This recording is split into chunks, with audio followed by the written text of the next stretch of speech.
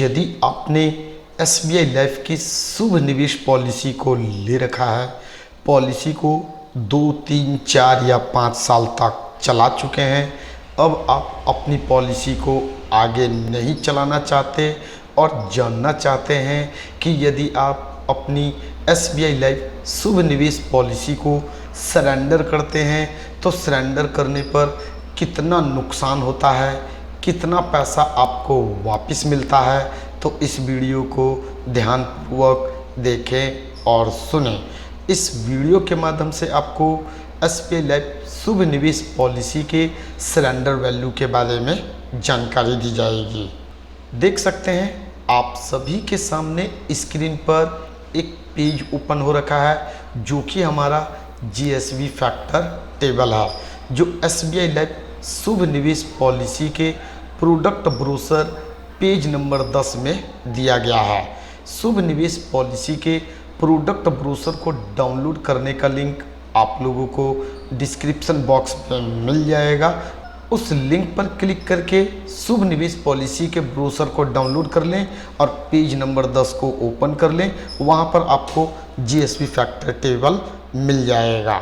यदि आप इस टेबल को समझ जाते हैं तो बड़ी आसानी से यह जान लेंगे कि यदि आप अपनी पॉलिसी को सरेंडर करने वाले हैं तो सरेंडर वैल्यू के रूप में आपको कितना पैसा मिलने वाला है। ये जो फर्स्ट रो है 10, 11, 12, 13, 14, 15, ये रो हमें पॉलिसी टर्म के बारे में बताता है।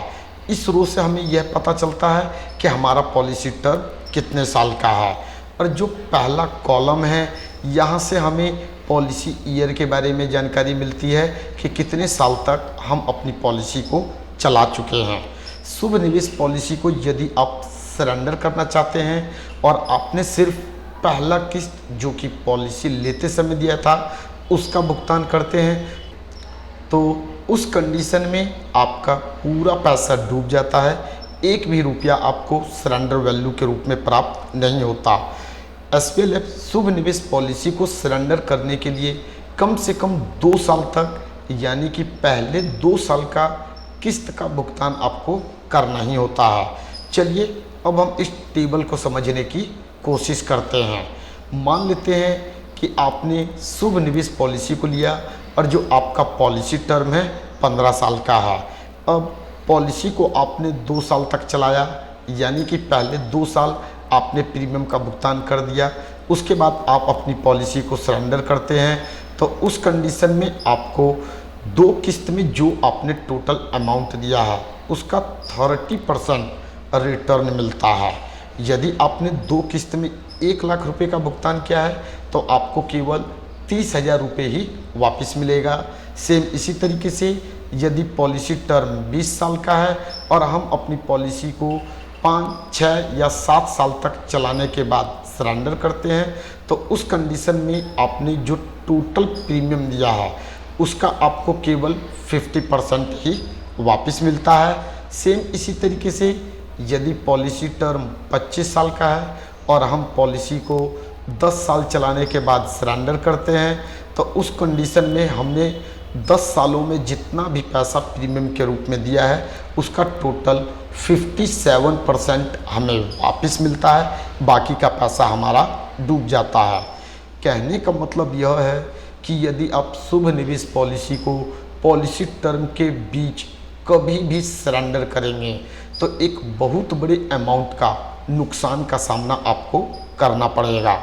यदि आप चाहते हैं कि आपको नुकसान का सामना ना करना पड़े तो आप अपनी पॉलिसी का प्रीमियम का भुगतान करना बंद कर दें, जिससे आपकी पॉलिसी पेड पॉलिसी में कन्वर्ट हो जाएगी। जितना आपने पैसा प्रीमियम के रूप में दिया है उसके अकॉर्डिंग जो बेनिफिट आपका बनता है वह आपको कंटिन्यू पॉलिसी टर्म के अंत तक मिलता रहेगा। और जब पॉलिसी टर्म पूरा हो जाएगा तो जो भी आपका पैसा होता है उस पर मिलने वाला जो भी बोनस होता है वह आपको पूरा का पूरा वापस मिल जाता है।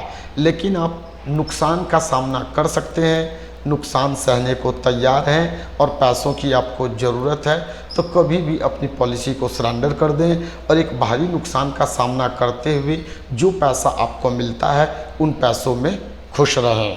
उम्मीद करता हूँ इस वीडियो के माध्यम से आप लोगों को SBI लाइफ शुभ निवेश पॉलिसी के सरेंडर वैल्यू के बारे में जानकारी मिल चुकी होगी। इस वीडियो के माध्यम से बस इतना ही, फिर मिलेंगे नेक्स्ट टाइम एक नए टॉपिक के साथ। जय हिंद, जय भारत।